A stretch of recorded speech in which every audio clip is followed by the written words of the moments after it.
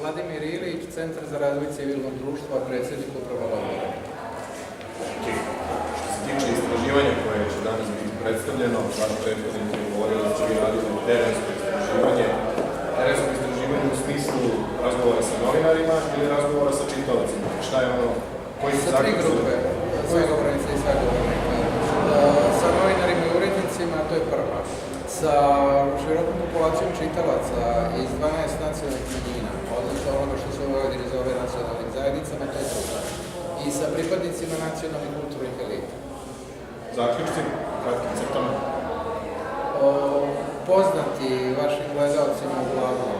Opada praćenost manjinskih medija, ali oni i dalje istrajavaju.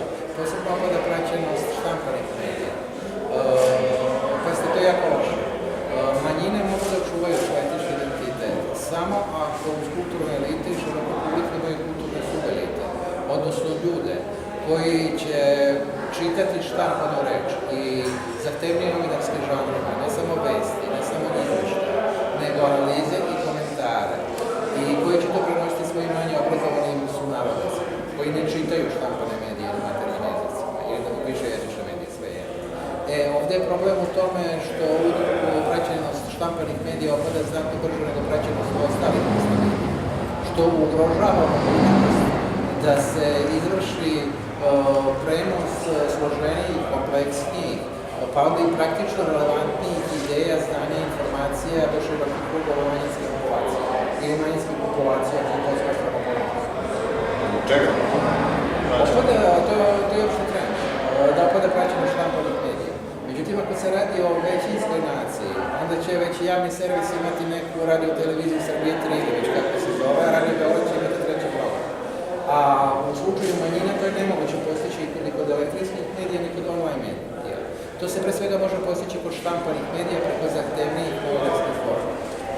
Da li su čitaoci izgubili poverenje zbog nečega ili naprosto nemaju novca da kupuju štampane medije ili nešto treće kao? Pitanje prevazilazi okvire pod istraživanja, a ako se odnosi uopšte na praćenje štampanih medija. U konkretnom slučaju postoji dosta visoka mera nepoverenja prema svim medijima, a ne posebno prema štampanju. Ali imajte u vidu da su konzumenti štampanih medija, pre svega pripadnici kulturnih elita i subelita. Kažem subelita, mislim istovremeno na advokate, lekare, inženjere koji imaju veće kulturno očekivanje u vezi sa sadržajima na maternjem jeziku i koji su u kontaktu sa još manje obrazovanim pripadnicima svojih nacionalnih zajednica u Vojvodini ili nacionalnih manjina u Srbiji. A bez njih nema stvarnog očuvanja dugih slojeva nacionalnih identiteta. Kad se podvuče crta o štampanim medijima na manjinskim jezicima, u ovom momentu postoje sami radi sebe ili oni zapravo nekog informišu za novac koji dobijaju od poreskih obveznika? Oni su neophodni.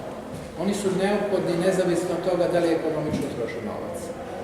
Bez njih dolazi do situacije da samo uz online medije, uz elektronske medije, manjinska populacija bude, sa izuzetkom možda 2 od 3 najbrojnije manjine, recimo Mađari i Bošnjake, bude lišena mogućnosti da se upozna pre svega sa visokom kulturom i sa ozbiljnim političkim razmišljanjem na svom maternjem jeziku. A to je jedna pretpostavka ka društvenoj izolaciji tih raznih manjinskih populacija. Dobro, u kom pravcu onda treba menjati sadržaj štampane? Pitali smo novinare. Oni smatraju da ne treba toliko menjati sadržaj koliko treba uneti unutrašnje promene, odnosno podmladiti redakcije i izvršiti određene kadrovske promene.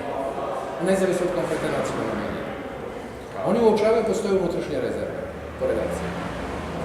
Cenzura, autocenzura, pritisci osnivača, u konkretnom slučaju nacionalnih saveta, koliko to ima uticaja na stvarno stanje? Tu sam izveo metodološki eksperiment.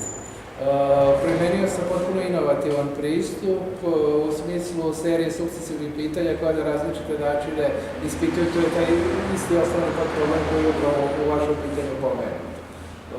Znate šta, cenzura i autocenzura su zajednička karakteristika ogromne većine medija, nezavisno od toga da li su elektronski štampani, pa i online, na većinskom jeziku i na manjinskim jezicima. Oni su prepoznati kao takvi, ali to je strukturalna činjenica.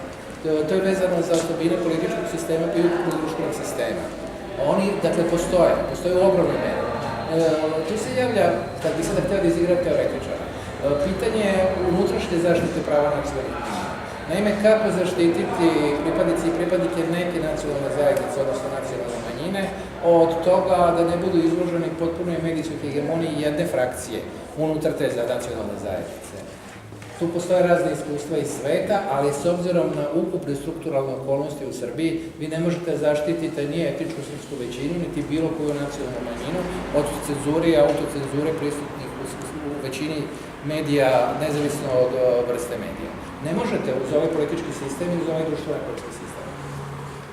Nije specifično kod manjina. Naravno, svako se češće gde da skrbi, pa pripadnice i pripadnici manjina, posebno novinarki i novinari, to najbolnije osjećaju.